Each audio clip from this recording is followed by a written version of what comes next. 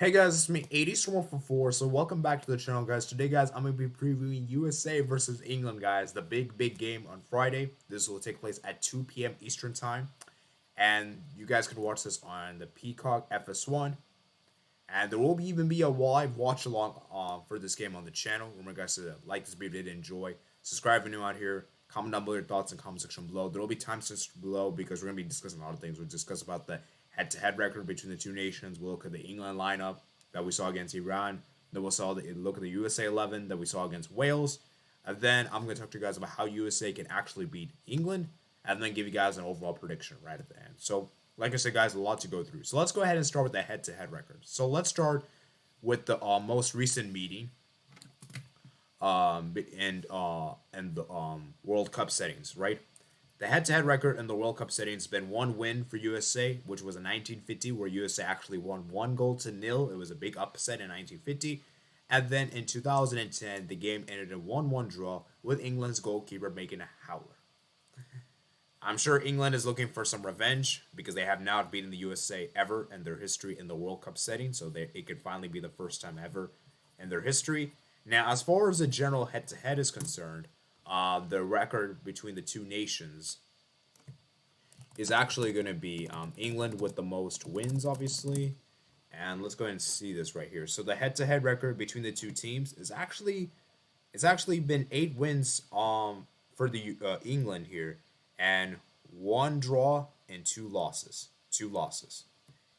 So that's actually a pretty good record for England here, and that they're definitely on the dominant side. But as far as I said, though, competitive games, USA's got the better head-to-head. Okay. So coming into this game, let's start with England first. Let's talk about England. So Gareth Southgate has taken charge as the England national team, and England have done pretty well. Since his 2018, he guided England to a semifinal finish where they lost to eventual finalist Croatia, and they lost to Belgium in the third place playoff, and they ended up finishing fourth. They were in a group with Belgium and Panama and Tunisia, and England managed to get second place in the group. In the round of 16, they played against Colombia. They managed to beat them on penalties, and then the quarterfinals they played against Sweden. They won against them 2-0. And then in the semifinal they played against Croatia, and they lost on penalties. We all know they lost in extra time, not penalties. And then in the Euros, they made it all the way to the final, which they lost to eventual winners Italy after penalties with Bukayo Saka missing the decisive penalty at the end. So there's been a lot of criticism for Gareth Southgate, though. A lot of English fans have not really particularly been happy with this selection. But even despite all that, he's been able to guide England to a relatively good finish, and he's done a pretty good job in major international tournaments. Obviously, the big setback, though, in this year has been the fact that they managed to get relegated in UEFA Nations League, which is a really, really big disappointment. So let's go ahead and talk about England now. This is about the players that they have. So they have a lot of good players. And I'm going to go ahead and show you guys the England 11 here. So let me go ahead and adjust my screen here. So if you guys could bear with me here. So this is the England's their lineup. This is the lineup they used against Iran. So I'm using their most recent game here. So as you guys can see, they started Jordan Pickford in goal. I expect him to start in this game. And then they started Kieran Trippier at the right back. Center backs being Stones and Maguire. Now Maguire is actually going to miss the game. He's got a concussion apparently, so we're going to see Eric Dyer probably slot in that position, which actually might be a blessing for the USA. Even though I don't think Maguire is really that good, it might actually be a blessing because, as we all know, guys, Maguire is really dangerous with set pieces, and Maguire has actually generally been pretty good for England. So, maybe it's actually better that Dyer plays. Then we got Luke Shaw, and then we got Jude Bellingham and Declan Rice in the midfield, and then Bukayo Saka, Mason Mount, Raheem Sterling, and Harry Kane. Now, Harry Kane apparently, allegedly, is a doubt for the game. He may not start this game. I also did hear that Callum Wilson is also a major doubt as well, and James Maddison. So that could actually be a problematic for England because Harry Kane is such a crucial player for them in terms of playmaking, and he drops deep so much that he's such an important player. And despite him not scoring against Iran, he had a really good game. Provided those 2 assists, he was really good in the midfield in particular. So I think for Harry Kane's a very crucial player for England. If England don't have him, they're going to probably use Rashford as a striker, assuming that Callum Wilson and Harry Kane is not fit. And I'll be honest with you guys, I don't think Rashford is good as a striker whatsoever. So I think if you're looking from a USA perspective, I think the players to look out for are Bukayo Saka. He's a very, very good player. Plays at Arsenal. He's really been having a redemption there after him missing that penalty in the Euros. Jude Bellingham has also been one of the best players. He's a very good player. I really rate Stones very highly. I think he's a great center back. Jordan Pickford, I think, is good. Kieran Trippier is good in set pieces. Declan Rice could also be a problem as well in the midfield. And then obviously Raheem Sterling. So it's going to be interesting to see how these players do in particular. So, as I said, for England, man, they're going to be lined up with a 4-2-3-1. I could maybe see them play a 3-4-3, but I don't think they'll play a 3-4-3 because they know that they can dominate the USA. I feel as though that England's going to be playing more defensive time when they need to play against like higher quality teams.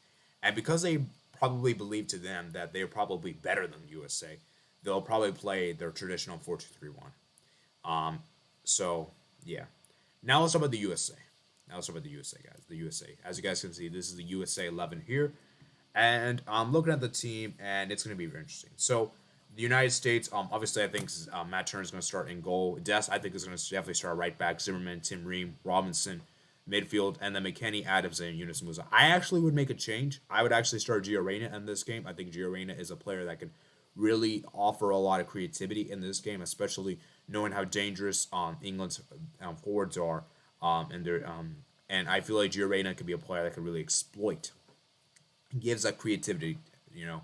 And I would actually bench Sargent for this game. I'd actually try Timothy Weah on the striker and maybe put Gio Reyna on the right flank in this game.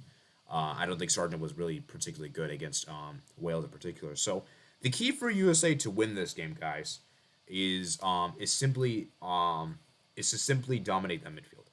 Because I'm going to say this right now, guys. If we could dominate that midfield, then it's going to be a huge reason why we could win the game. And I also feel that we have to be very defensively solid. We cannot make any clumsy mistakes or play the high line that we try to do against Wales. And I feel like playing a high line in this game is a suicidal decision because if we play a high line, the wingers, especially like the likes of Sterling, Saka, are going to exploit it. So it's a paramount. It's important that the USA keeps their shape compact and don't play a very high line against England because we're going to get exposed. We're going to get decimated, penetrated. We're going to get smashed if we play a high line. Now, if we play like a low line, like kind of like play the traditional thing, because I think what the USA needs to do in this game is to adopt like a counter-attacking style. Be very defensively counter-attack. Don't hold much possession. Have them have much possession. And then whenever they make mistakes in play, we then counter. Sort of like what Hungary did to them at the Nations League. Do something of that kind of magnitude. Just sit back and just counter and just wait for them to make mistakes. So play like a very negative type of football. And I know it's not really the USA culture but I think if we do this kind of way, it'll be so much better than playing the possession-based football that we've traditionally been good for. Another thing I also know with the USA is that even though USA have not really been particularly great, and this year in particular, we haven't played a lot of teams that play a very open brand of football. England, on the other hand, I expect them to play a very open brand. And if they do play their 4-2-3-1, I think they'll play a very much possession-based football, and which is where we can actually triumph a lot. Because we saw against Mexico in the World Cup qualifiers that USA actually were able to beat Mexico home 2-0 and on the road get a 0-0 draw. So I think the USA can actually pose a threat here. Now, am I saying that Mexico is better than England? Mexico is a good test for England. Obviously, it's not really a great test, but it is the closest we have to England's level in this confederation. And so I feel as though that if we're able to do well against them, then yeah. So, like I said, guys, it's going to be very interesting to see how this game pans out. Obviously, there will be a watch along on the channel, as I mentioned previously. And as for my prediction, guys, my prediction for the game is going to be England to win this game. England should win this game, guys. I'm going to say they win 3-1. I think we're going to see Bukayo Saka scoring a goal. Obviously, playing against Matt Turner, which will be really, really interesting. It might feel really awkward for him. I think Jude Bellingham will get an assist. I think he'll score. I have a feeling we're going to see Declan Rice score a goal for some reason. I don't know why. And I have a feeling if Kane is fit, he's going to score as well. Now, for USA, if we're going to score in this game, it's going to come from McKennie. I think McKennie is going to go from us from set pieces. And I think that's actually a very interesting point. If we can get set pieces in this game, it might be our best friend because I feel as though England is not really that great defensively. And if we could score from set pieces, that'll be our best friend. So, like I said, guys, I did a combined 11 with my good friend Matt. So please check that out in the video description below. I'll leave a link in the description below if you guys are interested. We did a combined 11 with USA England. Also, make sure you guys join the watch along on Friday at 2 p.m. Eastern time. I'm going to see you guys then. So thank you guys for watching today's video. I want you guys comment down below any major talking points I have for this game, anything like that, and I hope you guys did enjoy. Like this video if you enjoy, and I'll see you guys later. Peace out.